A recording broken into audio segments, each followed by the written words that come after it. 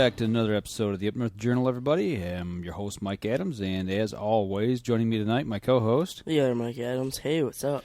I'd like to remind everybody we are part of the Outdoor Radio Network, and we are also over at Skinny Moose Media. You can actually check out the podcast. Actually, I'm going to redirect them over to, which is still part of Skinny Moose Media, over to MichiganHuntingToday.com. We're right there on the front page. They're part of the group that I write for, and we've mentioned this on the show quite a few times. My blog site over there is Hooks and Bullets, and if you just go to the new, actually it's not new, but if you go to the page, Michigan Hunting Today, you can get to the Hooks and Bullets page there. It's under Michigan Bloggers, and also right there in the top left-hand corner should be the new episode of the Up North Journal every week, so you can actually play it right from their site. New Cool. place that we're at, and we're also over at myhuntingandfishing.com. You can find us over there. It's a fairly new website that we've partnered up with. And now... Soon to come, isn't it, My Outdoor TV? My Outdoor TV. I am going to mail out the stuff this week. So if anybody over there finds us at My Outdoor TV here coming up, actually it's going to be the older shows to begin with. The first, actually the last 10 shows that we did is going to be over there. And we're going to update that on every 2-week basis. Okay, good. I won't get embarrassed then. Why is that? The first one. Oh, no. I'm not going back that far. No way. Those shows are bad. Yeah, if you guys want a good laugh, go back and listen to us back about a year ago. First 10 episodes or so there. Things were... You know what we have to do? Mm-hmm. We ought to pull up the intro of one of them shows one night and just for grins and giggles and play that back just so everybody sees just how bad it was when we started. But... We pushed the podcast off one day, so if you guys were looking for the podcast last night, we didn't get it uploaded. Today is actually Memorial Day. We had a few other things we wanted to do today that we wanted to include in this week's show and kind of give you an action-packed full episode.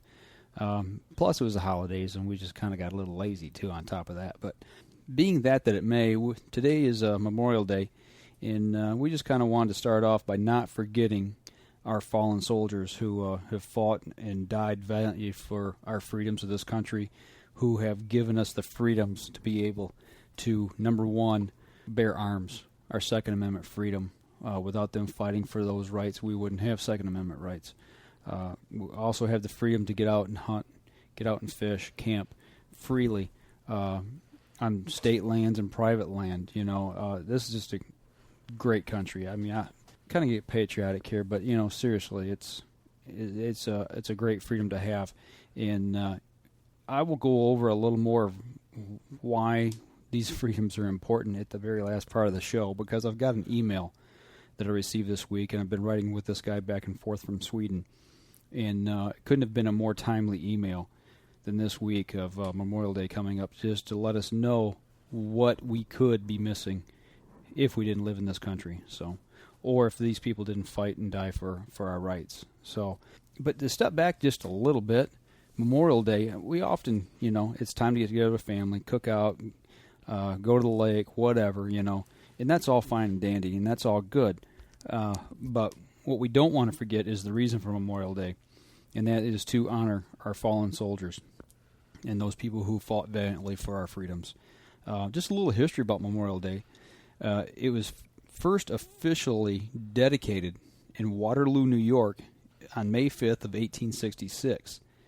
And they wanted to honor their fallen Union soldiers at that time, just shortly there after the Civil War. And later on, after that first quote-unquote Memorial Day, John Logan, a Union soldier, who thought it would be a good idea to have a national holiday to commemorate all of the fallen soldiers.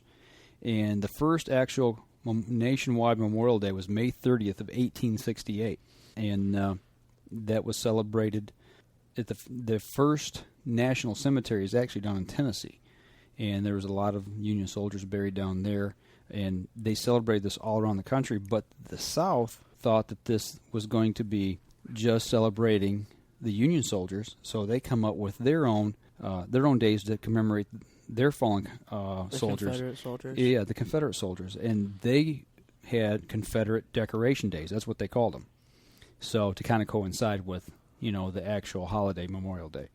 And it wasn't until World War I when we had young men dying on the battlefronts and coming back and being buried here or being buried overseas, wherever they had fallen. The South and the North actually, kind of united together on one common front, and that's when it really took hold as a national Memorial Day for our soldiers. And it was deemed a federal holiday in 1971, and at that time they moved it to not just May 30th, because that's when it used to be celebrated. They moved it to the fourth Monday of every May. That way they could get a 3-day weekend for the federal people, obviously, I guess. But that's how Memorial Day came about. I knew it was after the Civil War. I wasn't sure if it was the North or the South who actually instituted a Memorial Day. I thought it was the South, but I was actually found out today when I did a little research on it that it was actually the North that did it. It doesn't matter who started it. It's just a cool holiday. And today we took the kids over to the new Great Lakes National Cemetery here in our area. It's actually about 10 miles from my house, and what an honor to have a national cemetery for our soldiers of this country so close to home. And it was a very humbling experience today to be able to go over to that cemetery and take my kids over there and show them when you see all those gravestones, you just think all those people have died. Well, they didn't die. Not all of them died fighting for their country. They all served our country, whether they died on the battlefield or whether they died of old age or what have you later on after they served. That's a place where they can be honored and be buried in one common spot. It's just amazing. And that's a new cemetery. It's only been open, I think, 2 years. And there is a ton of gravestones over there. It's just amazing to see all those white gravestones. Yeah, it's like a sea of white. It is. And it's, I've been to Arlington, and Arlington was very humbling when I went there as a kid. And even today, it just brought a tear to my eye. You just can't go to a place like that and not feel patriotic or feel like you're part of something special here in the United States. And I'll be blogging about this trip today that we took, along with some pictures on the Hooks and Bullets website, either tonight or tomorrow. So you guys be sure and check that out. But the really cool thing about today, about going over there, we didn't expect this at all, but my wife, she had a cousin who passed away about 2 years ago. And there was a little rift in the family when he passed away, and we didn't know where he was buried. And he served in the service. And he's buried over there. She looked in the book. She's like, I'm going to just see if Chad's buried over here. And sure enough, I'm like, nah, he's not going to be buried over here. We don't know where he's buried. But his name was in the book, and there he was. That was just cool. So now we know where her cousin was buried. And he served in the Persian Gulf. And he didn't die in battle. He had some problems with some medication that just didn't treat him right. And he passed away in the hospital due to some complications. But anyway, it's been a humbling Memorial Day this weekend. We had some other bad news from a family member who was involved in a car accident, and we wish everybody involved in that speedy recovery, and just got to be watching over the whole family there. So nobody was killed in the accident, thank God. But it's been a humbling weekend. It really has, and we got a lot to be thankful for. So. Well, now, let's get on with the show. I'll give you a history lesson, and I'll give you a little bit of family history, too. So this week we had a lot. We packed it in pretty good, being a holiday weekend, but let's start back on Monday. I got the news. I don't think we reported this last week. We talked about the William Tell shoot that we did. And I think we didn't get the results back until this week, if I'm not mistaken. But anyway, maybe this is old news, maybe not. I don't know, but I won the contest. I shot 6 out of 10. We had 10 arrows at an apple. Traditional William Tell. You shoot an apple, and the apple is about the size of a tennis ball. And we talked about it on last week's show. And I couldn't stay until the end of the shoot, and Michael and I had to leave, so we didn't know how we fared. And actually, I had the best percentage, which I thought was pretty cool. Not as rusty as I thought it was, so that's kind of cool. And we're waiting to find out what we won. So we'll get that probably next week. I think we're going to go up there, or at least I'm going to go up there and shoot on my lunch hour. So that'll be cool. But one other thing that I blogged about this week that's really affecting everybody is the high price of ammunition. Ammunition prices are soaring. And if you haven't bought ammunition lately, go to the store and look, because it's out of sight. Actually, I think we did talk about this on one show when you bought your 22 mag. 22 mag shells. You know, we bought them and they were like, I think it was like $6 or something. Yeah. And then we went back and it was $13. Yeah, it was outrageous, the price of them. It almost doubled, in 6 months' time? Yeah.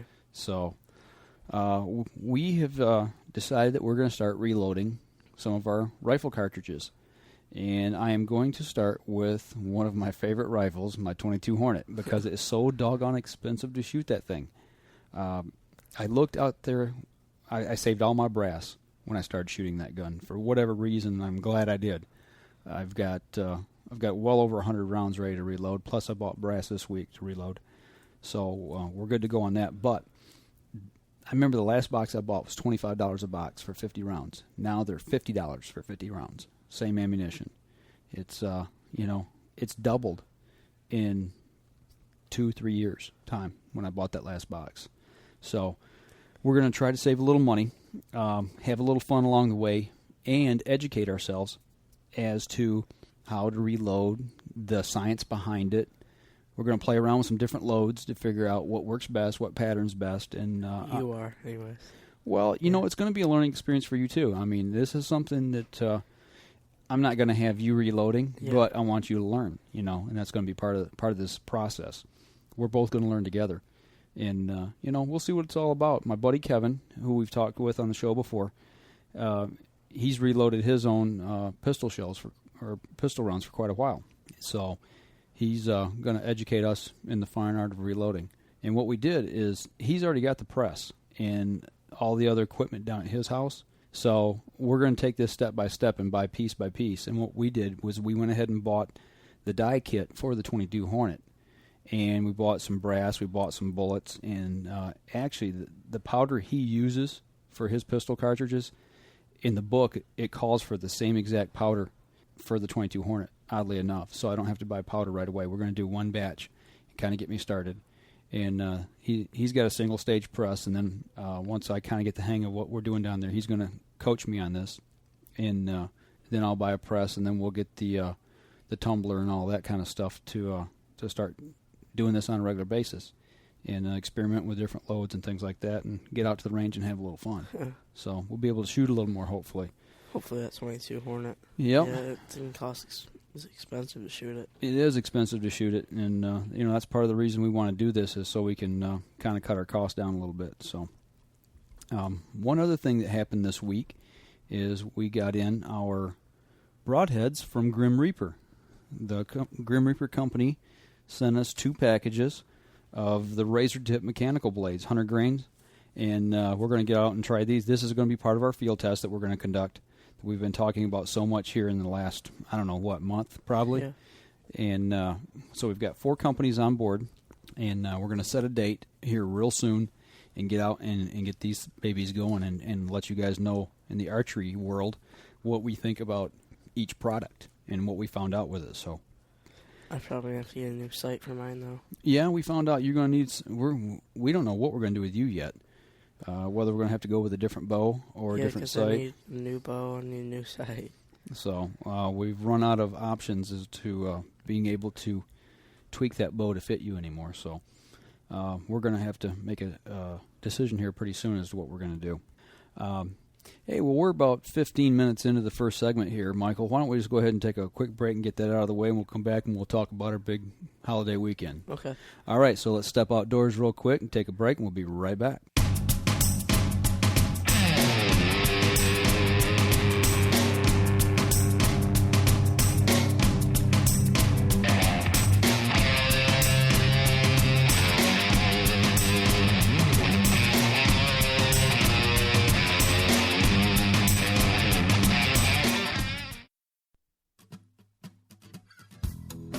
If you're looking for the best in outdoor hunting and fishing podcasts, look no further than the Outdoor Radio Network.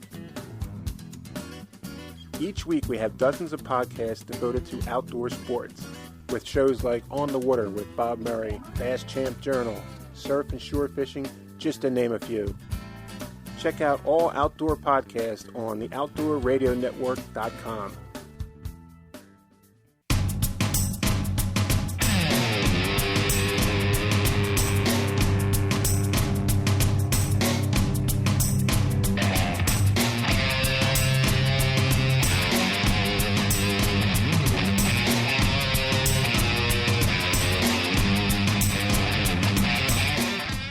Welcome back, everybody. Normally we do our outdoor news segment of the week, and actually I've got a couple little articles. If we get time today, we'll try and squeeze them in. But we're going to pick up right with our big weekend here that we got out and got after the turkey again this weekend. Started Saturday morning. It was Michael and Mackenzie went with me, and my buddy Kevin and his youngest daughter came out with us. So we headed back to that field that you and I had actually hunted last weekend. Was it? Yeah, with the pop-up blind. That was Sunday, wasn't it, that we hunted that? Yeah, it was Sunday. And we got out and got So set Saturday up. we just run and gun that whole day. That's right. We got out in the field and got set up on Saturday, and I had you set just a little ways away from me, within eyesight of everybody and within earshot, but you were setting, I don't know, 50 yards away maybe? 50, maybe 75. Yeah, it wasn't very far. And Kevin was on the other side of you, and Mackenzie was about setting 100 yards down from me. And Mackenzie was setting with me. So we got all set up that morning, and we seen the first bird, or at least the only people that seen birds was you and me and Mackenzie. Kevin didn't see anything, but that's the day it was pretty warm out, wasn't it? It was sunny. Yeah. Sunny, nice and calm. It turned out we thought it was going to be a really great morning to get out. Everything looked like it was just going to fall into place, but we got out there. We heard the birds right away again, just like we did the last time. Heard them off the roost. And actually, we heard gobblers behind us, and I was debating, do I get up and take you guys with me and run and gun or not, and, man, it was a hard decision to make. But we just decided to stay put and just kind of sat and waited out. And actually, it didn't take too long. It was probably 7:30. We seen a bird crossing the field. And the field we're hunting, it had some little rolls to it. And, the bird could walk and actually disappear right off the horizon, and that's what happened. It's about 50, 60 yards out, and it walks behind one of those little rolls, and the bird disappeared. And I'm thinking, well, it's going to head towards Michael. It's headed right your way, but it never did appear on the other side. And it wasn't 2 minutes later. I don't know whether it saw your decoy or what. I don't think it seen you from where it was at. I was about 4 feet back. You were tucked back into the brush pretty good. Because I never saw the first one. And, well, this was the first one. You didn't see the last one, the one that came up to you until the last second. But the first one, what it did, I don't know if something spooked it, if it heard something, I don't know. But when it took off and it flew, and it flew right over top of the pop-up blind. I mean, it was just a perfect shot. I could, like a duck, I could have blasted the thing, but it was a hen, so can't shoot those. And I don't know, probably 15, 20 minutes later, same end of the field that we seen the first one come out, another one just kind of came up off the horizon out there, and I'm like, hey, there's another bird, Mackenzie, and she got all ready for this one, got her gun up and everything, and it was probably 50 yards off to the right, and it was making it was arcing towards us a little bit, and I had the slate call out, or I had the crystal call out actually, and I just did a little burp, burp, burp, burp, a little yelp to it, and that bird turned, and it looked down there, and I don't know if it seen us. I don't think it seen us because we were in the blind. If it looked at that decoy or whatever, but that thing took off running on a dead run right back towards the woods. I mean, it just went flying into the woods. And I'm like, wow, okay, it didn't like my calling, or it didn't like the decoy that was sitting there, so I don't know what happened with that. Yeah. And then we seen, about a half hour later, we seen a third bird that came out across the opposite side of the field, actually almost from the road. It was walking towards us.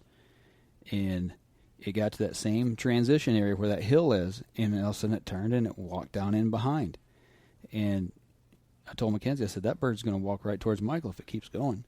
We seen it pop out of the other side of the hill, and sure enough, here it goes trotting down to Michael. And I'm like, man, this is going to walk right on him.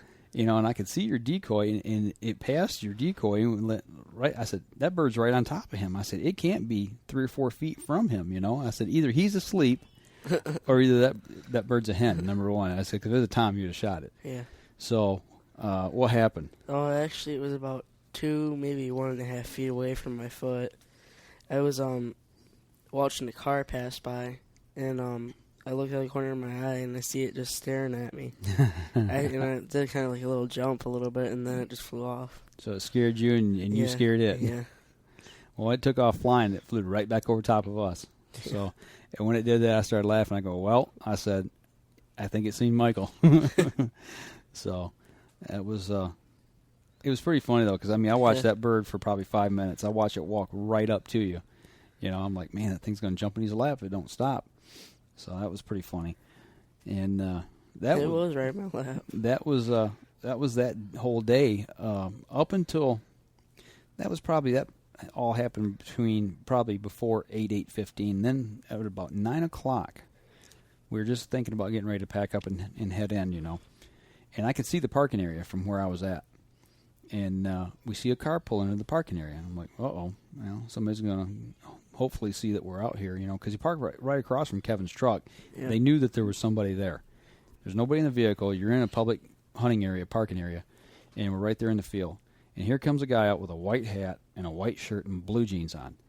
And he walks right to the edge of the field, right where we entered the field, and he looks down, he's looking around, like he's looking at our footprints to see which way we went. He looks right towards where I went, he looks where you went, and he looks where Kevin went. And your decoy couldn't have been more than 50, 60 yards away in the broad open. He'd had to be blind not to see your decoy because he looked right at it. Well, I never even saw the guy. I think I was using the bathroom. Yeah, you're back using a little boy's tree or something back in the woods. But that decoy was sitting there, and there's no mistaking that was a decoy. So what does he do? The guy turns and walks right down the edge of the field and then turns and goes right in the woods between you and Kevin. And Kevin could see him, and had you not been using the facilities, you'd have seen him. I could see him. And he had no concern for us being out there whatsoever. From where he went in, Kevin seen him, and wide open. He's sitting right in the middle of a field in a pop-up blind. How can you not see that?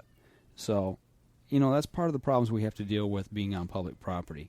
Yeah. We have to share the woods, and I understand that, but you know what? Have a little common courtesy for the other guys who are out there hunting. Have some common courtesy and be courteous towards other people who are there first. That's just plain and simple. But that was our Saturday. Now, Sunday, Kevin couldn't get out and hunt for other reasons. He had some family commitments and things. And we had actually talked about going down, but everybody was so wiped out from that day that we all decided instead of doing that, we slept in a little bit and we went fishing for the day. And we called our good buddy Chuck Parr, who we've mentioned on the show before. Can't call him a newbie anymore. He's not a newbie. He's a young gun. He's been at this for a year now, so he's one of the regular guys. And he's been a little under the weather. Actually, I was going to mention him on the show last week because he's been real sick, and give him a shout out to get better. Well, he's gotten better. Yeah, except now he's got a sunburnt head. He's got a sunburned head, man. He looks like a big red melon on top of his head. But we went and spent the day on the lake with him and his family. And we went over to our local park here, Seven Lake State Park. Got the kids, took the boat, took the canoe. And we looked like the fishing Beverly Hillbillies going down the road. Yeah. We had the canoe strapped to the top of the boat, and the boat behind the truck. So we go wheeling in over there. And the canoe was sticking out, 4 feet? It was sticking out. Yeah, it was sticking out a good ways behind the boat. But, hey, you do what you got to do to get to the lake. Yeah. And we had a good day. I took the girls out in the boat a little bit, and you went out in the boat, and you went out in the canoe with Chuck and his kids. Flipped that. So all the kids had a good time. We didn't catch any fish. You guys caught a couple small panfish. Yeah, there towards the end before we left, we went into panfish mode. I haven't done that in a few years. Yeah. Using a bobber and just throwing out worms. Yeah. You guys caught some panfish. I seen one guy there catch a nice fish. Actually, he already had it caught by the time we got there, but he had it in his fish basket. And I couldn't tell if it was a walleye or a bass, but it was a pretty nice fish. It was a keeper size. It was definitely a big fish. But see, we can't keep them right now. Bass season opened this weekend. Oh, it did? Yeah, bass season did open this weekend. I asked one of the guys up there at the park, and that's what they had told us. I knew it was this weekend or next, but like I said, I couldn't tell if it was a bass or a walleye. It was too far away, but I could see it was a big fish. So that's all decent one I seen caught that day. And there was a lot of people out there fishing, too. Yeah. There was people all up and down the banks, casting and reeling, people out in boats and all that. And we had to play rescue out there. Yeah. That was pretty funny. Some guy in a kayak, we're watching offshore, and I see the kayak go over, and his girlfriend's out there, and all of a sudden the kayak gets left, and he's swimming, or she's dragging him in. He's in the water. He couldn't get the kayak flipped over. And what got me is there was people in boats, like fishing boats, guys going in and out, and nobody stopped to help them. And here's a guy whose gear's laying out in the water, flipped over, and he's trying to hang on to her kayak while she paddles in. The water's freezing. The water was cold. So Chuck and I, being the guys we are, we jumped in the boat, fired the motor up, took off out there, asked the guy if he wanted some help, and he didn't want a life jacket, and he didn't want to get in the boat. He said he'd make it back. She could drag him back. But he asked if we could drag his gear back. So we went out and tied a rope to it, flipped the canoe or the kayak over. It was waterlogged pretty heavily, and we got his gear and everything, threw it in the boat, and drug it back to shore for the guy. So I remember him going out there with a fishing pole, and I didn't see it come back. Yeah, well, I know she had a fishing pole with her when she came back. I don't know if it was his or not, but if he had any gear with him that didn't float, it was gone. It was gone. You know, the only thing we saw was the paddle, the canoe, or the kayak, a life jacket, and a bottle of half-drinking bottle of water. You know, that was it. Everything. If he had anything else with him, it was gone. But saw a couple of guys go out in a kayak with fly fishing. Oh yeah. Yeah, there was one guy out there fly fishing. Did you see if he did any good or not? No. Yeah, they weren't biting. I don't know. I threw some topwater jigs, and I threw a couple spoons out, and, you know, all I caught was weeds. I didn't get anything, you know. I thought I'd hit with that topwater jig a little bit, you know, and popping it across the water, but it just didn't do any good with that. So, but we had fun, and that's the only thing that matters. But I do want to mention that we helped Chuck and his family get some tickets to theme park and down in Florida, so you can all guess which one that is, a company that I work for. And Chuck was nice enough to bring me a couple gifts back. One of them is actually a book he found, because he knows I like to read outdoor stuff, and it is called Elmer Keith's Big Game Hunting. And looks like a pretty thick book here, novel-wise. It's an older one, but you know what? I bet there's a lot of good tips and techniques in here. I'll really look forward to reading this when I get the opportunity to. I'm still only halfway through that other book that I started, The Hunting Adventures of Oliver Hazard Perry. So I've got to finish that one first. But I've got Allie here with me, a nice little thing he brought back. I nicknamed it Allie. And why do you think I named it Allie? It's a skull. Of? Alligator. I got an alligator skull. You want to talk about cool. This thing's about, 6 inches long. It's got its mouth opened up, and the teeth, and the whole 9 yards, man. I got to put a picture of this online, because this is too cool. So Allie's going to sit on my desk and stare at me menacingly for years to come. So he's going to be a part of the Up North Journal team here. We got him a little hat. Yep. So Chuck, if you're listening, bud, thanks. I appreciate the gifts, and you didn't have to do that, but I do appreciate them, and the book will go to good use. Hopefully get some good knowledge out of it. And Allie will sit here and keep me company. So, but especially the mornings I'm at school. Yeah, definitely. So, but that was our Sunday shindig and hunting that we did. And, you know, I look at the clock here, Michael. We need to get one more break in, and we can come back and talk about today, Memorial Day, the stuff that we did today. Because we didn't just cut it to a 2-day weekend. We used all 3 days. So let's head back outside real quick, take another quick break, and we'll come back and we'll wrap up the show.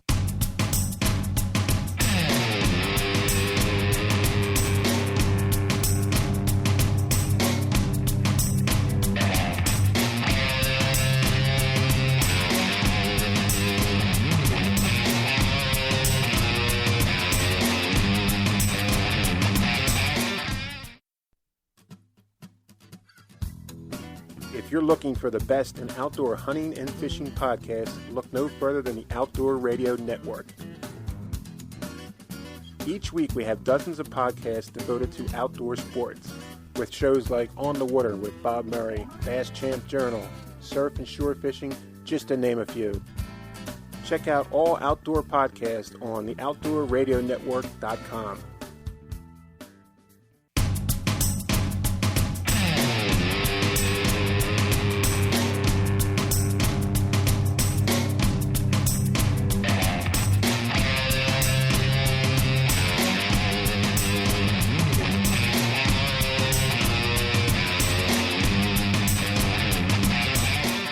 Welcome back, and no, it's not Mikey's game bag and favorite part of the show time. Yeah. We still got stuff to talk about, Michael, sorry. I hate having to get these breaks in because it seems like every time we get rolling on something, we got to stop right in the middle of it. But that's kind of what we did here. But we want to get back on track here and talk about what we did today. We're actually sitting in studio right now. It's Monday, about 6 o'clock in the evening. And, we packed it in again today. Or at least I did. Yeah. What happened? I slept in. You slept in. No, you stayed up late is what you did. Folks, here it is, second to the last weekend of turkey season. Actually, we've got one more day to hunt turkey. We've got the whole week, but I got to work. He's got school. And next Saturday is the last day of turkey season. And if it rains and gets nasty, your turkey season's done. I know. So you're hosed. Yeah. Well, you could be hosed. Pretty much. So, he wanted to play on the computer last night and set up. And he wasn't working on anything for the Up North Journal, so I don't know. I don't know what I'm going to do with you, kid. But I got to give him a hard time because we actually got out this morning. But you know what? I got to take my daughter out for the first time. She's been out with us before hunting. She's been out with us before fishing. But this was her first time just hanging out with Dad, which was kind of cool. I kind of looked at it that way instead of getting upset at you for staying up all night. You're welcome. So, I don't know. Like I said, I still don't know what I'm going to do with you. But, it was a good opportunity for her and I to spend some father-daughter time together. And that was cool. It was really cool. We talked a lot on the way down, and we had a good time hunting, and we talked a lot on the way back. So, it all worked out well. But we got up this morning, got up at 4:15, and, I kind of looked outside a little bit, and I think I just saw lightning outside. I'm like, this ain't good. So first thing I do, get on the Weather Channel, wait for the thing to come by, and sure enough, looks like rain moving in. So I'm like, well, we'll play it by ear. We'll go anyway, because I know turkeys will flock up in a field when it rains. As long as it's not thundering and lightning and blowing real bad, I'll tough it out. So, and the lightning looked like it was way off in the distance. So, yeah, I heard some thunder last night. It was this morning. Oh, okay. That's what I say. I know it was raining this morning when we got up. Well, not when we got up, but we got out, got everything ready, got in the car, got ready to take off. When we walked outside to load up, the wind picked up. It was blowing pretty good. It wasn't like storming, but it was it was just real windy. I'm like, this is not going to be a good morning, had my doubts. But, for John, you got to be the tough hunter and get out there and get after him, because if you don't, you don't get to hunt. So that, and I wanted to show her that even in adverse conditions, you can still hunt. I wanted it to be a good learning experience for her. So we went and got our breakfast, and we got down the highway, maybe 5 miles. All of a sudden, man, big gust of wind. It blows the car across, the lane into the left lane on the highway, like, dang, and you can see dust flying across the road and kicking up and leaves, and I'm like, this is not good. Then it started to rain, and it started to pour. I'm like, this definitely isn't good. So we were only about 10 miles out of town, and I got on the phone. I called Kevin. I'm like, hey, bud, I said, I hate to wake you up 45 minutes early. I said, I'm on my way. It's pouring up here. It's blowing. What's it doing down there? He looks, he's like, he said it's a little windy. He said, and the ground's wet, but it ain't raining here at all. And I'm like, well, okay. I said, I'm still coming, So we boogied on down there, and we got another 5 miles down the road, and the rain quit completely. Everything was wet, but it didn't rain another drop.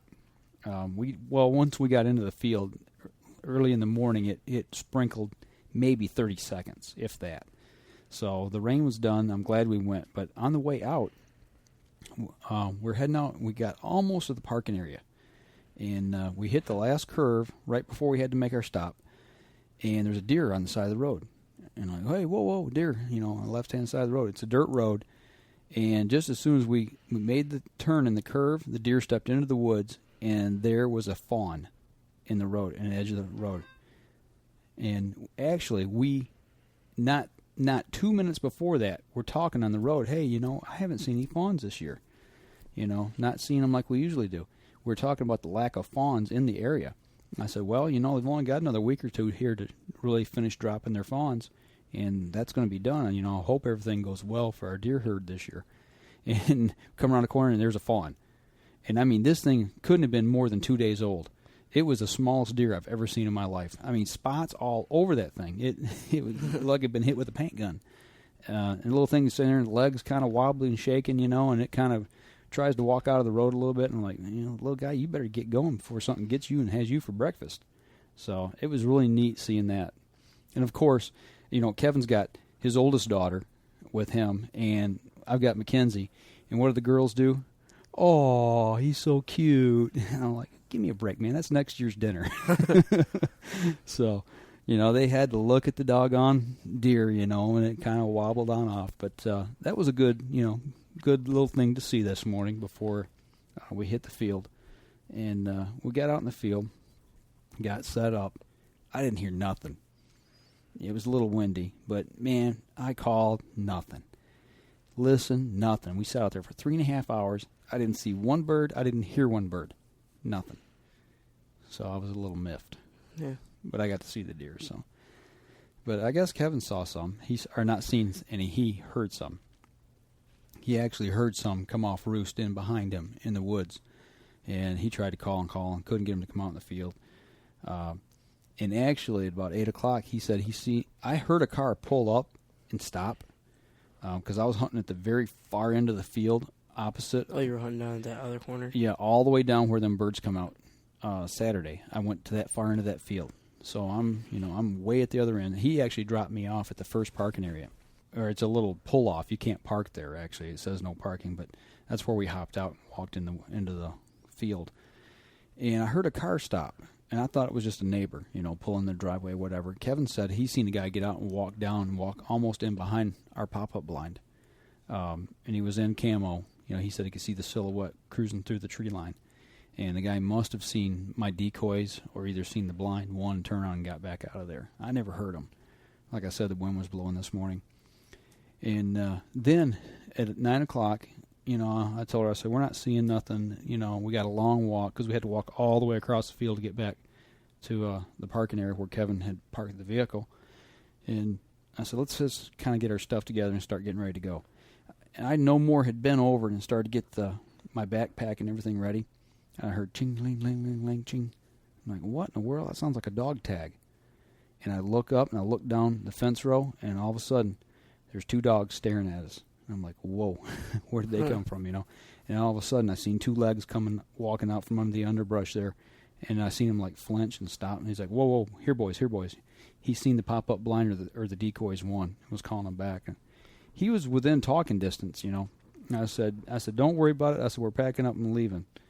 And he's like, oh, I'm sorry. I'm like, no, I said, we're just getting ready to pack up and leave. And I figured the guy was out walking his dogs there on the state land. And once again, that's part of the problems you've got by hunting on state land. It's open to everybody. And I guess I made the mistake of telling them, hey, we're done, go ahead, take your walk or whatever, because the guy walked the whole perimeter of the field and went all the way down to where Kevin was, which was a good quarter mile away, and Kevin wasn't happy that guy come up with them dogs on him, The only good thing was we were already ready to leave. So, you just got to be aware of your surroundings. And if you see people out hunting, just be courteous. Get out of the area. Matter of fact, that day, or today, after we left, we did what we call a drive-in call. We'll go to some other public areas. We'll get out and we'll call and see if we can get a gobble, just if we can hear one nearby. And we pulled into one parking area, and I look across the field, and I said, Kevin, what's that across the field? That looks like a turkey. He's like, man, it does. He said, but it's not shaped like a turkey, but it's the right colors. So I got the binoculars out, and I looked, and it was one of those Montana gobbler decoys like we got, one of those flat 2D decoys. Yeah. That's what it was, and it was turned just on a slight angle. And I'm like, that's a decoy. I said, we need to, leave. And I said, we don't want to, mess anybody's hunting up. We were all the way across the field from the guy. I mean, I had to look at it through binoculars to see what it was. But, we didn't want to mess the guy's hunting up, so we just backed out and took off. And we come across another field. We're heading back to his house. And there's this big old field off on the side of the road. And I said, whoa, stop. I said, I see something back in the field. And he kind of backs up. And it's private property, so we can't do nothing. But, we wanted to look anyway. So I throw the field glass. I said, that looks like a turkey. So I got the field glasses up, and I looked through them. I go, that's a tail fan. And it was pointed away from us. You can see the rear end of it. It's all fanned out, but it's not moving. And I said, that might be one of those B-Mobile real fan decoys, where you can put the tail feathers in it. Yeah. I said, that might be what that is because it's not moving. He's like, that looks like a turkey to me. I said, well, here, you look. And as soon as he got the binoculars up and looked, the bird turned. And it was the biggest boss tom I've ever seen in my life. The thing was huge. We were swapping the binoculars back and forth, and the girls were watching. We were watching. We watched it for probably 5 minutes. And that thing strutted and puffed up and gobbled. You could see him gobbling. But it was so windy you couldn't hear him, And, oh, man, he was huge. It's one of the biggest birds I've seen in a long, long time. Big old white head on it, and then I don't know what you call the little dangly thing on top of their head, but, it's bright. Yeah, it's bright red. His head's all white, and he's doing his dance in the whole 9 yards. It was really cool to watch. And I'm like, how can we entice him to come over to the state land? It was a good day. We had a good time. Spent the day with the girls, and, it was a day in the field. Whether we saw birds or not, yeah, I'm disappointed. But, you know what? It was better than working, and it was better than sitting at home, like somebody did. I was asleep. Well, whatever the reason, you weren't in the field. But, we'll let it go this time, I guess. I just hope we get back out next Saturday for the last day of turkey season. And even if we don't get a bird, I'm not going to worry about it. We had fun. It's been a fun year. We got to go to Ohio. We've heard a lot of birds this year. We've seen a few birds in the field, nothing we could shoot at. But, that's all part of hunting. You don't get to bring game home all the time, and that's what we say. If you went out and got something every time, it wouldn't be hunting. It'd be shooting. It'd be called shooting. So, that's just some of the stuff we got to put up with. Well, now we've got our stuff out of the week out of the way. You want to do a little bit of news? Actually, forgot something. What did I forget? Piebald. Oh, yes. Thank you for reminding me. That was what, Sunday? That was yesterday. Yep. Okay, you guys know we've talked a lot, not a lot, we've mentioned on the show here about the guy up in the northern part of the state who had an issue with the DNR over shooting a piebald deer, where the DNR said no, it was an albino, and then later said no, it was piebald. Anyway, this guy's been through a lot of turmoil over this whole deal. And actually, this week, the DNR has just changed the ruling on albinos. Albino deer in Michigan are no longer protected. This coming season, they will be legal to be taken. So that's going to rule out any confusion if you see a white deer, if you can shoot it or not. Well, yesterday, after we got done fishing, we're heading home, and we're less than a half mile. We're probably about a half mile from the house. And I caught something out of the corner of my eye, and I look over to the left-hand side, and out in the edge of the field, I see two deer, and one of them is a piebald. This thing was white. I mean, the only thing brown on it was its head. The whole body was white. The neck on it, it's where the transition area was, right where the neck met the body, and the rest was brown. And I'm driving down the road, I'm like, piebald, piebald, piebald. And you guys are like, what? And they're looking, and everybody saw it except Maddie. And because she's so short and she's sitting in the middle of the front seat, she couldn't see. She couldn't see the steering wheel. So, we go to the next crossroad. We turn around real quick, and I'm yelling at Michael, grab the camera, get the camera out, and he gets the camera out, and he goes, batteries are dead. And I'm like, well, that figures. And we swung back around, and as we come back to the area where we saw it, there's another truck pulled off the side of the road. And I told you, I said, that guy sees that deer, and then he started to pull away, and I said, I bet he scared it off. Because he took off. Yeah. And we pull up to the same spot there, and sure enough, the deer are gone. And we circled the block, or the area there. I mean, we call them a block. Our blocks here are 1 square mile. And we took and went around to see if we could see it running through some backyards or fields behind people's houses. We couldn't. But the thing is where that deer was at, a lot of times those deer will cross that crossroad that we turned around on. They'll cross through the swamp and through the drainage basin that runs down in behind the field behind our house. So there's a good chance we might see that thing. So I hope so. I'd love to get a picture of it. It was really cool. That's only the second piebald I've ever seen in my life. That was my first. Actually, I take that back. I dare say it was the first piebald because the first one I saw was, I believe, was a true albino. I was a young kid, but this deer was white as white could be. I mean, from head to toe. Did it have pink eyes and clear hooves? I don't know. I don't remember that because I was 8, 9, 10 years old. But I remember the whole deer was white. There wasn't any brown on it. So, if I had to say if it was a piebald or albino, I'd say it was an albino. So, but it was cool to see that yesterday, and you guys got to see it. Yeah. What'd you think about it? I thought it was cool. I was like, you serious? It's looking outside the window. It was all white, the body. Yep.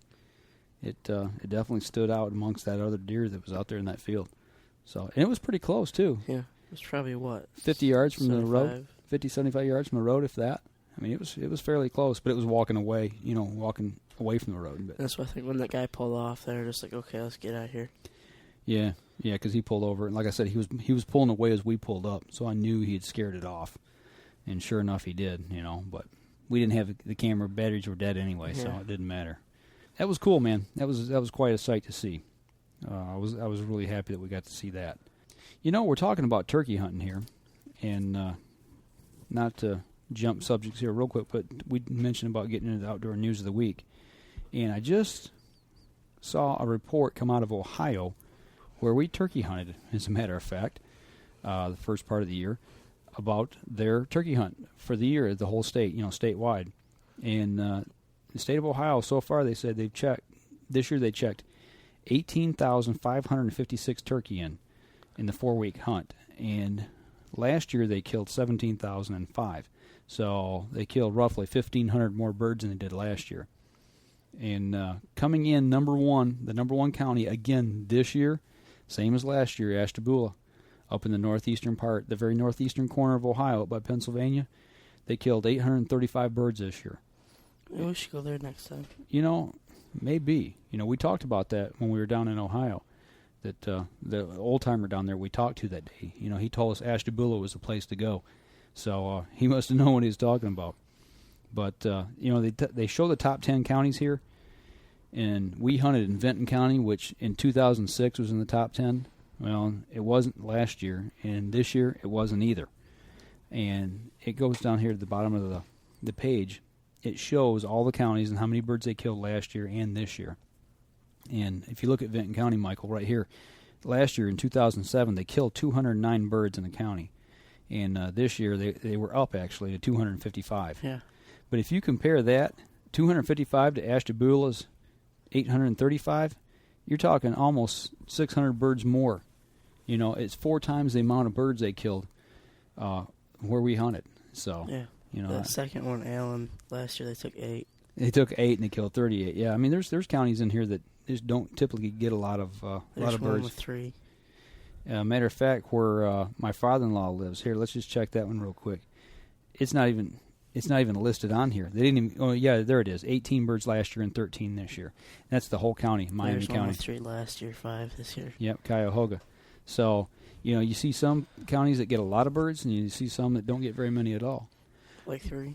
Yeah, but one thing about this, you say, well, how do you know that's how many birds they killed? Because in the state of Ohio, when you kill a bird, you have to have that bird tagged by 2:00 that afternoon.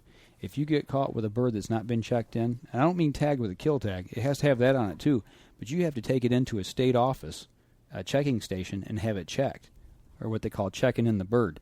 So that way they know exactly how many birds that were taken, legally, of course, because there may be people poaching. But that way they can keep a nice track of how many birds they take a year, and they can manage their bird, the birds that they got, and they can manage the flock statewide. So that's a pretty cool little way they do that. Although it could be a pain, I guess, to make sure you get your bird in and check it in time. Yeah. So I thought that was a pretty cool little article there. Now, the last thing I got this week for news, this is kind of a weird one. This one comes from our favorite outdoor news source. Outdoor News Hound. This one's titled, Dad Decks Door-Destroying Deer. Say that 3 times fast. But this gentleman named Randy Gophert had just finished paying for a haircut at the Holiday Hair in Quakerstown, Pennsylvania, when an antlered white-tailed buck came crashing through the glass door and bolted into the hair salon, narrowly missing his son. He said he was charging right at my son, so I decked him. After his 11-year-old son, Tyler, came face-to-face with a wayward whitetail sporting 6-inch spiked antlers inside the shopping mall haircutting salon last week. The only thing he said I could do was grab him by the neck, and he said I slammed him to the ground. Wait, is this the kid or the dad? This is the dad. He said he was charging it as a kid. He said he wrestled the deer for several minutes, pinning it to the floor and then corralling it in an empty break room, where it remained until the authorities arrived and tranquilized it. The animal was later euthanized due to injuries. I wonder if the injuries were from crashing through the door or from the guy wrestling it. Didn't say. Probably the door, I would imagine. And then there was a 9-year-old kid in there, William Frey, 9 years old, was waiting for his haircut when he heard the loud crash at the window behind his head. Seconds later, the deer charged through the door and just a few feet away from where he sat with his mother. He says, I was just sitting there minding my own business, playing my video game, the third grader recalled. And he said it crashed through the window and came right at me and my mom, and we jumped into a chair. The 2-year-old buck was estimated to weigh 135 pounds, but it put up quite a fight for its size, Gophert told the local newspaper. He says, I weigh 225 pounds, and it threw me right off. He says, I wrestled the deer down, but I couldn't believe that that animal was that strong. Though his son says he regularly accompanies his dad during the Pennsylvania popular deer hunting season, he said they've never taken a deer while they were hunting together. He says that is until Tuesday. He said we can never get a deer during deer season, but we got one now. So, getting your hair cut and you got a buck. Kind of crazy. Stinking deer come just about anywhere nowadays, I tell you. You never know where they're going to go crashing through schools. I think he wanted his antlers polished. Yeah, maybe trim the velvet off the top just a little bit. Maybe he had a doe he had a date with or something. And he wanted him to look good for the date that night. Okay, I don't know. He ended up dead, though. Yeah, he did. Maybe wind up on somebody's table. All right. Well, now we got news out of the way and our big week, so I guess it's what you call the favorite part of the show. The best part of the show. All right, well, take it away. Okay, now the best part of the show, Mikey's game bag.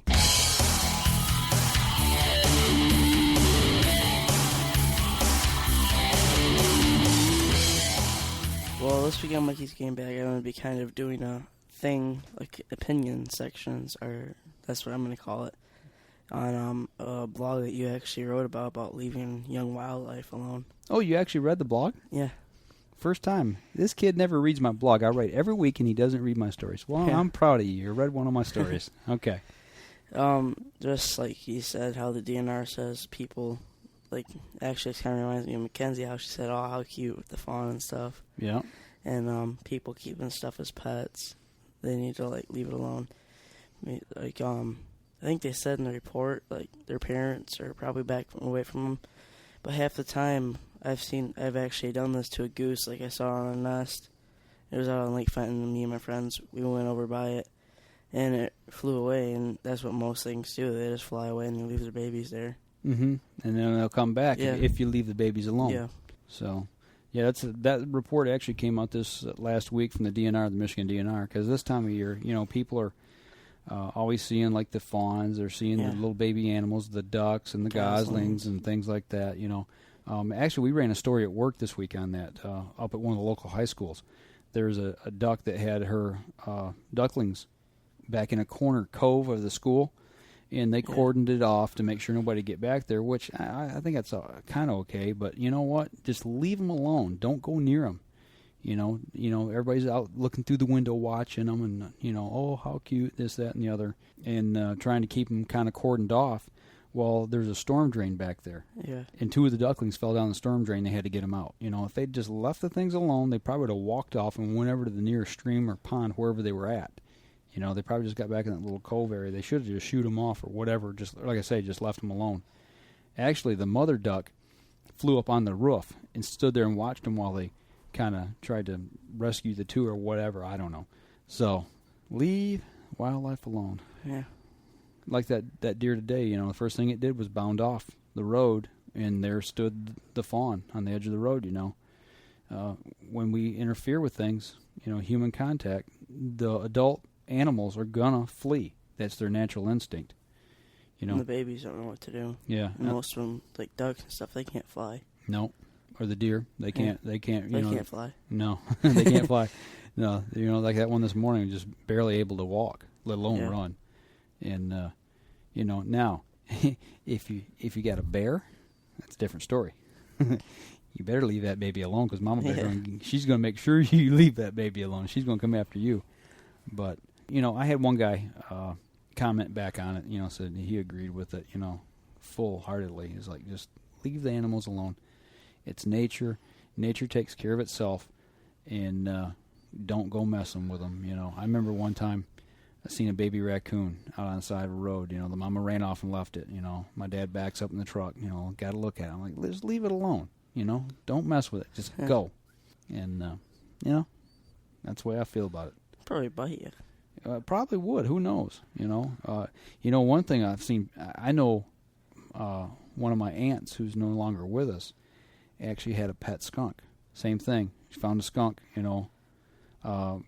I don't know where they were at, if they're out walking in the woods or if they're out on a trail or whatever, but I mean, we're talking like the size of your hand, baby, which they can't spray yet, and they look around, oh, we can't find Mama, pick it up, took it to the vet, wanted to keep it as a pet and got it the spray thingy cut out of it and, taken care of and kept it as a pet. And I'm like, that's a wild animal. Leave it alone, Don't mess with the critters. I have to always talk about that to Mackenzie and May. They always pick up frogs and stuff. Yeah, kids picking up frogs, snakes, toads, whatever, just let them alone, I don't touch snakes. Well, I don't like them. People pick them up. Baby rabbits, that's another one. People like to pick up and hold. A lot of times when you pick up an animal like that, a baby, and you get your human scent on it, the mother won't take care of it after that. You have actually, it's like, well, I just want to hold it for a minute and put it back. Well, once it gets that human scent on there, the mother, 9 times out of 10, if it's something like a rabbit like that. Or like bird eggs. Yeah, or bird eggs or baby birds, if they fall out of the nest, the mother will not take care of them. If you pick it up and put it back in the nest, they smell that human scent. I don't know about birds, but I've heard that. I don't know if that's an old wives' tale or not. But, yeah, just don't handle it. You know what? If you see an animal like that and a predator gets it, you know what? That's cycle of life. That's part of it. And that's why you'll see animals have so many, like in one litter or brood. Like goslings, yeah, have like 7 or 8 of them at a time. Some of them are not going to make it. Some of them become food for other animals. That's just nature. So whether we think it's cruel or inhumane or whatever, leave them alone. So it's your Mikey's opinion bag this week, huh? Yeah. So you're saying leave them alone, huh? Yeah. Until they grow up and then they can become lunch. Yeah. Okay. I'm not sure about a raccoon or a skunk, though. Well, yeah.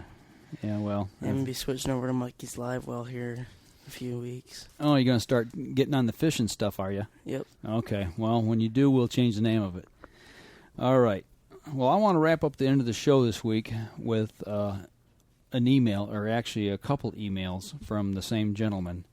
And at the beginning of the show, I talked to you about Memorial Day and how we can take things for granted, and we're fortunate to have what we have here in this country. And the email I received this week was from a guy named Jim, 30-year-old guy over in Sweden. And he emailed us about the show, told us, thanks for the, good job that we're doing and all the information we're passing along. And he had some general questions to ask. And me being the person that I am, I had to ask questions in return because I just wanted to know what it was like to hunt and fish and all that kind of stuff in Sweden. But the things that was curious to him is how we managed our game and how we counted our game here in Michigan or the United States. And I can only speak from Michigan's standpoint because that's what I'm familiar with. And, I proceeded to tell them that, the state, they take surveys, whether they do them with, the DNR check stations for the deer or whether they do a count or whatever, and then they kind of estimate what we've got, as far as game. And that they do that differently with different games. Like we've got, ducks, we got the duck bands where you report and they can do a little bit of study on them that way. Fish are kind of the same way. Sometimes they're tags. So there's them radio collars. Yeah, so there's different ways of tracking animals or quote-unquote counting them. Just like I mentioned, the state of Ohio, turkeys, they got to check every bird you take. You got to check it in. That way they count their birds. So there's different ways of doing it, and that's kind of what I tried to explain to him. And then he wanted to know who issued our tags or hunting license, how we went about buying them, or who issued them and all that and how that all worked. And, I kind of tried to explain that. But then I turned the tables, of course, and I had to ask him some questions in return and got back quite a plethora of information. And I wanted to know mainly about some of their game laws and how they did things over there And more specifically, I wanted to know about their firearms situation over there. And this is kind of what he wrote to me. So I'll read a little bit of it, and I'll kind of paraphrase as we go along. Obviously, there's a little bit of a language barrier, being he's from Sweden. But there's a little bit gets lost here and there in the translation. But for the most part, we talked back and forth here the last 3-4 emails and pretty well got everything worked out. But he said over in Sweden, the authorities give out the tags, whatever the authorities are, whoever manages their game, I guess. Kind of like RCOs. Yeah, and he said over there they don't put kill tags on the game when they kill it. They don't have kill tags. You just buy a license. And he said that goes for moose, deer, bear. He said even there's some special cases where they can hunt wolves and lynx, even though they're on the endangered species list. He said, but they don't use kill tags.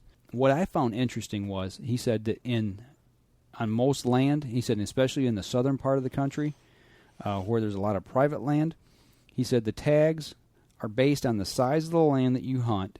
He said, and you get together with other hunters in that area, and for moose and deer, they call that a management area or a management club, and that determines how many tags are given out for that area. So that's kind of different. I mean, it's a little different way they go about things.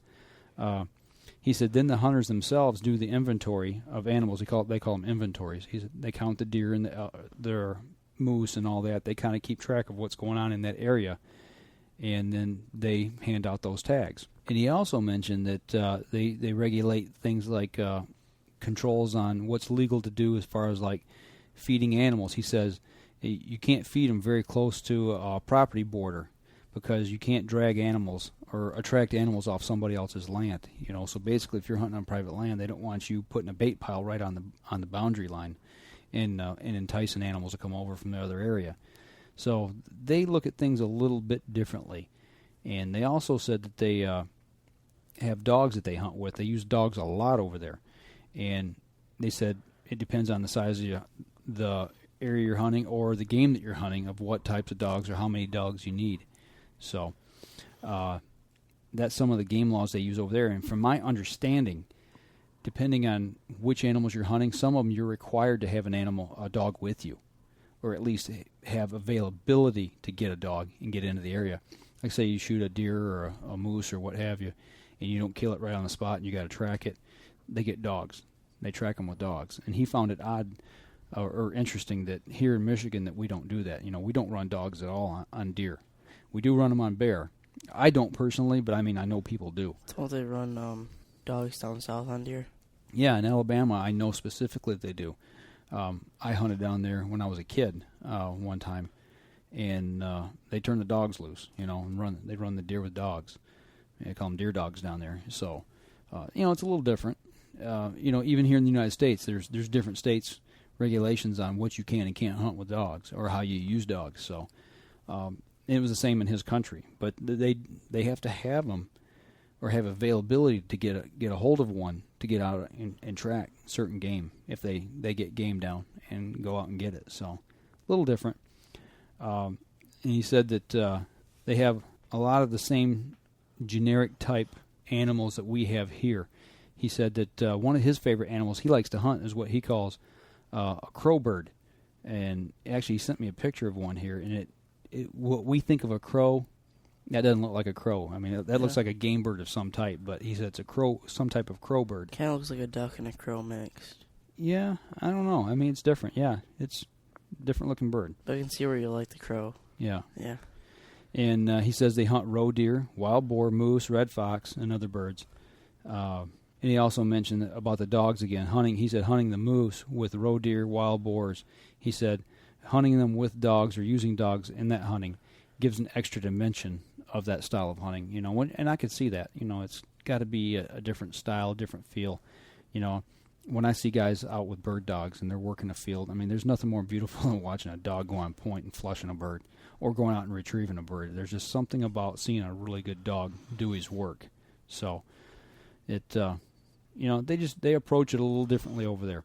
Now, one thing he did tell me is that their firearms over there, the restrictions, and this is where I want to tie it into Memorial Day, about our freedoms. They are allowed to own 6 guns total. That's all they can own, okay?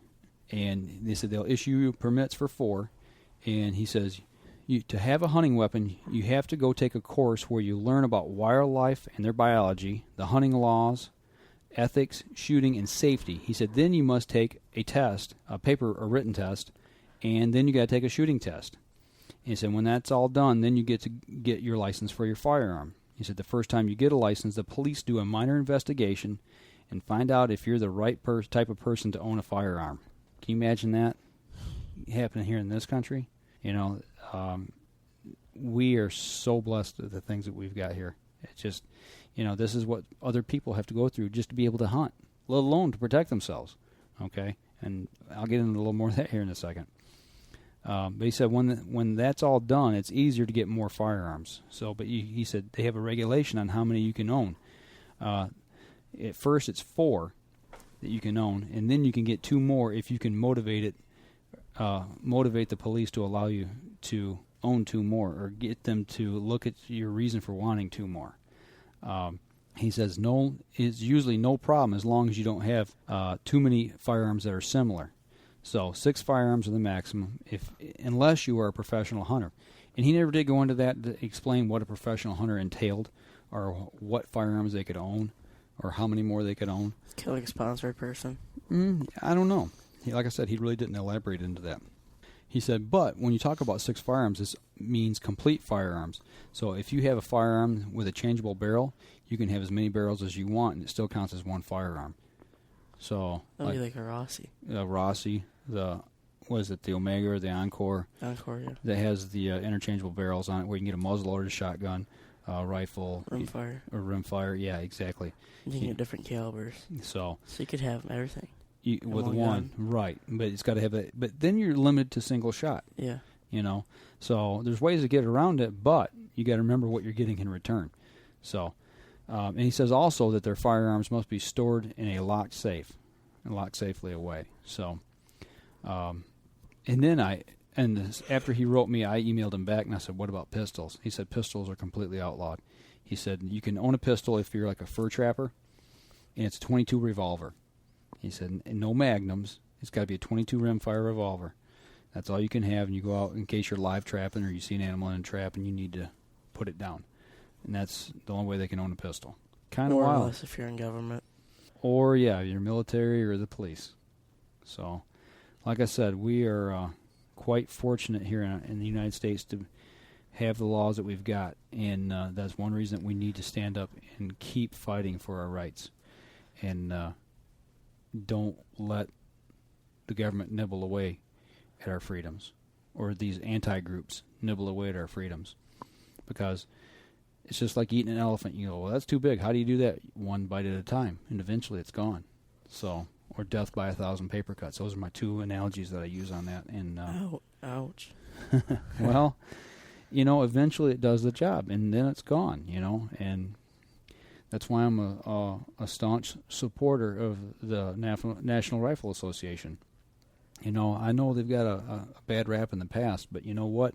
They are on the forefront of fighting for our Second Amendment freedoms. And, for $10 a year, you can become a member and give your support. And the more voices that are heard, the louder the voice and the louder the cry. And that way we will be heard. There's strength in numbers. And I'm just a firm believer in it.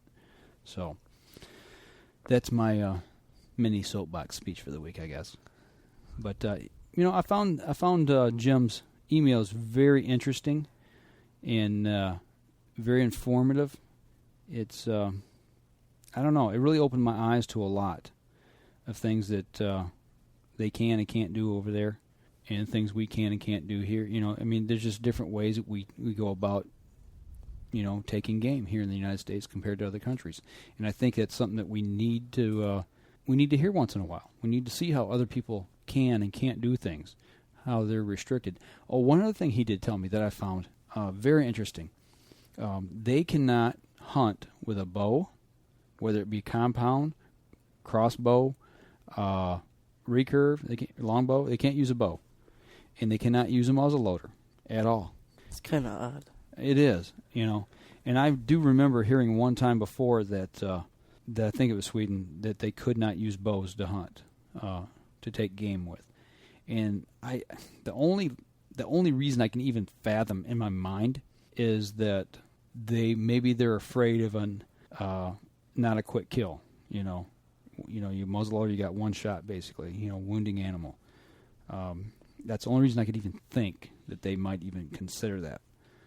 I don't agree with it, but like I say, that's the way they do things in other countries. So while you guys are sitting back and listening to the show, just think about these people on Memorial Day who have fought and died, who have put their selves at risk, who have given their lives or given up their opportunity to live here in the United States and go fight abroad. There's so many times when you say, "Oh, let somebody else do it." Well, you know what? That somebody else is giving their life. That somebody else is giving away their time and their time with their families. They're sacrificing a lot to let us enjoy what we do here. So I just thought it was a timely reminder here on Memorial Day that we kind of cover a few of those things. And, it's something we need to keep in the forefront of our mind because they're still fighting over there, man. They're still fighting. But that's all I got this week, man. It was busy week. I don't know what next weekend holds yet, except for Saturday. Hopefully we'll get back out. And I know not this Monday, today's Monday. I know next Monday we're going to get back, or at least I'm going to get up to the bow range. And I do know that they have got another shoot coming up. I forgot to tell you about this.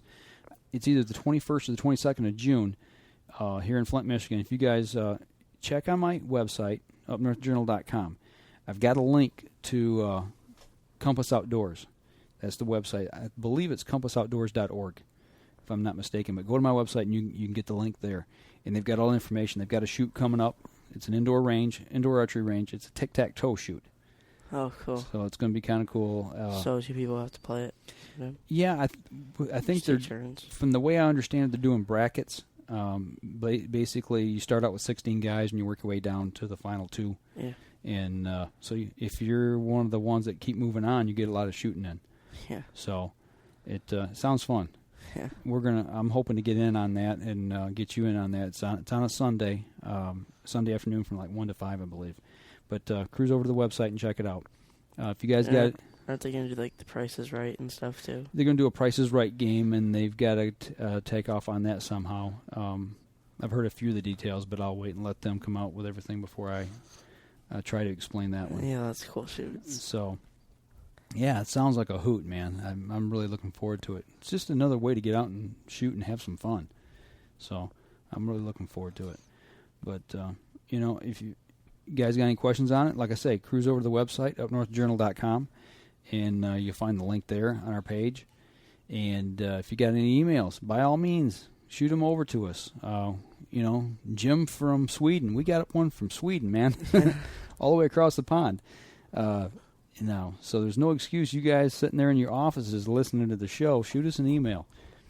Let us know how your turkey season went. If you start doing some fishing, if you're having some luck fishing, let us know how that went. And if you don't agree with what we're saying on some stuff, we're not right all the time. Let us know. You can email me at michaeladams@upnorthjournal.com, or Michael, little Mike here, you can, what's yours, Mikey's Game Bag? Mikey's Game Bag at upnorthjournal.com. All right, so. I don't know, I've been getting lots of your emails lately. Yeah, I don't know how that's happened, but we'll have to get that straightened out. Either way, we'll get the email. And I know we've got another big activity coming up the first week of August, which will be the Jake's event, and you're going to partake in that. Yeah. You're going to be doing some fly tying. Yeah. And we've got the field test coming up that we're going to be doing here. We haven't set a date for that yet. I got to get with Kevin, and I need to get with a guy from American Broadheads and try to plan some time to sit down and get a Saturday sometime in June or July and start doing our field testing on the Broadheads. Yeah. Got a couple guys who are going to help us out with that, and look forward to that. That's going to be some fun. I hope they have that archery thing there again at that Jake's event. I'm sure they will. Show some kids up. Yeah, you think. Yeah. All right. One thing I didn't like about that is ATVs, they have kill switches on them. Yeah, well, they don't want you ripping all over the yard, that's why. Yeah. But if you guys live in the mid-Michigan area and you want to know more about the Jake's event, feel free to email me. And I've got a flyer on that, actually, and I'll shoot it over to you on email and give you directions and times and events and all that stuff, and it's free for all the kids. So that's the good part about it. I want to start promoting that here soon so we can get a good turnout over there for that. So, but that's all I got this week. You got anything? Nope. All right. Well, that'll do it for us this week. Next weekend, hopefully, we'll tag out on some birds, or at least I just want to get one bird. One bird would be happy.